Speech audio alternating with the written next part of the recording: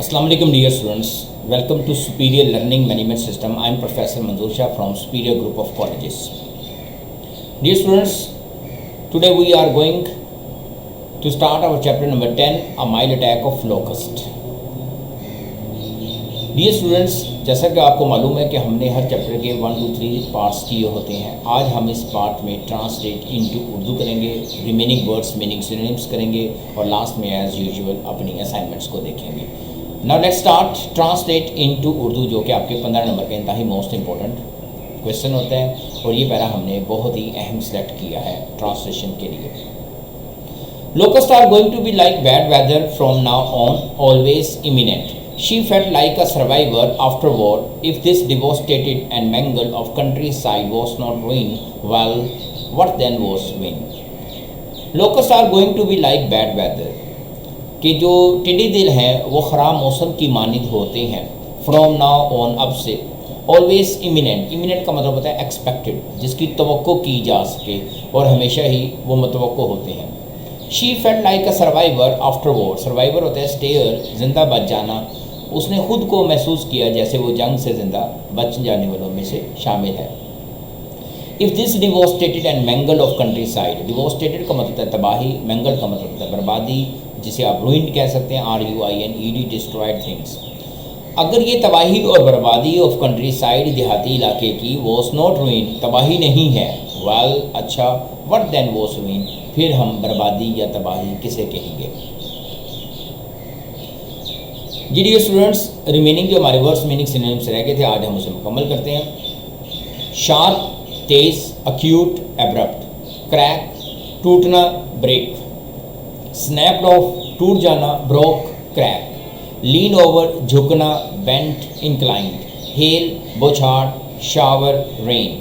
Flat हमवार, smooth, plain, levelled. Stray भटकना, wandering. Hoppers young locust यानी कि लोकस के जो बच्चे हैं. स्प्लिट तोड़ना, ब्रेक, क्लीव चीरना. इमेजिन तस्वर करना. Think conceive, infer. मल्टीट्यूड बेपनाह बहुत ज़्यादा. Accumulated edit, expand. लकी खुशकिस्मत, फॉर्चुनेट. फियरफुली खौफजदा होते हुए. फ्राइटफुली टेरिबली. एम्फेटिकली जोर देते हुए. Forcefully absolutely.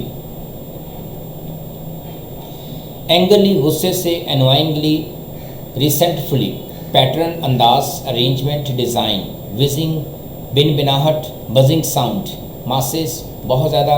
ग्रुप्स कलेक्शन हजूम की सूरत में. प्रेफर तरजीह देना. Favour incline towards. ब्लेड तिनका. Flat part of a leaf और प्लांट. आइडिया ख्याल, सोच, कंसेप्ट, थॉट. इमिनेंट मतवक्के, एक्सपेक्टेड, एट हैंड. सर्वाइवर जिंदा बच जाना, स्टेयर. डिवोस्टेटेड तबाही बर्बादी, रुइंड. मैंगल्ड बर्बादी, डैमेज्ड, रुइंड. एपिटाइट भूख, डिज़ायर टू ईट. वर्स ख़राब हालत, poor condition, poorer, aggravate, bad condition. जी dear students, after words meanings और सिनोनिम्स के बाद हम आते हैं असाइनमेंट की तरफ और आपको मालूम है ये असाइनमेंट करना बहुत ही ज़रूरी होता है प्रैक्टिस के लिए. तो क्वेश्चन नंबर 1 है. Assignment number 1, punctuate the following lines. All the crops finished, nothing left, he said, but the gongs were still beating, the men still shouting, and Margaret asked, why do you go on with it then? अब आपने देखना ये है कि कहाँ आपने capital words लगाना है, कहाँ क्वेश्चन मार्क लगाना है, कहाँ आपने कॉमा लगाना है. ये प्रैक्टिस आपने करनी है और अपने सुपीरियर इंग्लिश टीचर को इसको सॉल्व करके चेक करनी है और रहनुमाई हासिल करनी है. जी डियर स्टूडेंट्स, असाइनमेंट नंबर 2 जो मोस्ट इंपॉर्टेंट है वो शॉर्ट क्वेश्चंस है. Answer the following questions. कई बार मैं बता चुका हूँ आपको कि try to write the answers first in your own words, कि पहले आप खुद इनके जवाब देने की कोशिश करें जैसे भी आपसे जवाब बनते हैं. वरना आपके पास सुपीरियर इंग्लिश टीचर भी मौजूद है और साथ के बेहतरीन इंग्लिश के नोट्स भी मौजूद हैं. वहाँ से भी आप आंसर्स के लिए रहनुमाई हासिल कर सकते हैं. सबसे पहले ये ज़रूरी होता है कि क्वेश्चन को समझिए कि क्वेश्चन क्या है, फिर उसके मुताबिक हमने जवाब देना होता है. क्वेश्चन नंबर 1 है व्हाट आर लोकस्ट. लोकस्ट क्या है.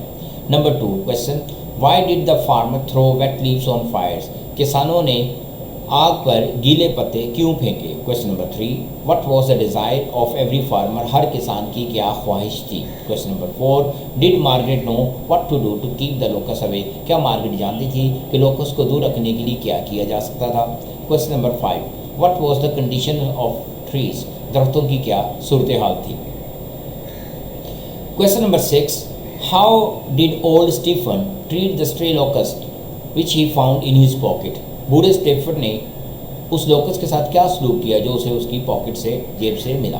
Question number 7, are the hoppers different from the locusts, क्या होपर्स टिड्डी दिल के जो बच्चे हैं वो लोकस से, टिड्डी दिल से मुख्तलिफ होते हैं? Question number 8, did Margaret loose heart on the loss of crops, फसलों के नुकसान पर क्या मार्गरेट ने दिल छोड़ दिया, हिम्मत हार दी? Question number 9, why are the locust compared with bad weather, टिड्डी दिल को ख़राब मौसम के साथ क्यों तशबीह दी गई है, क्यों मुआवजा किया गया है, कंपेयर किया गया है? Last question number 10, why did the man eat their supper with good appetite, क्यों उन्होंने फिर पेट भरकर भरपूर भूख के साथ खाना खाया? जी dear students, I hope you have understood all these things. Stay safe. Allah Hafiz. See you next time in next lecture.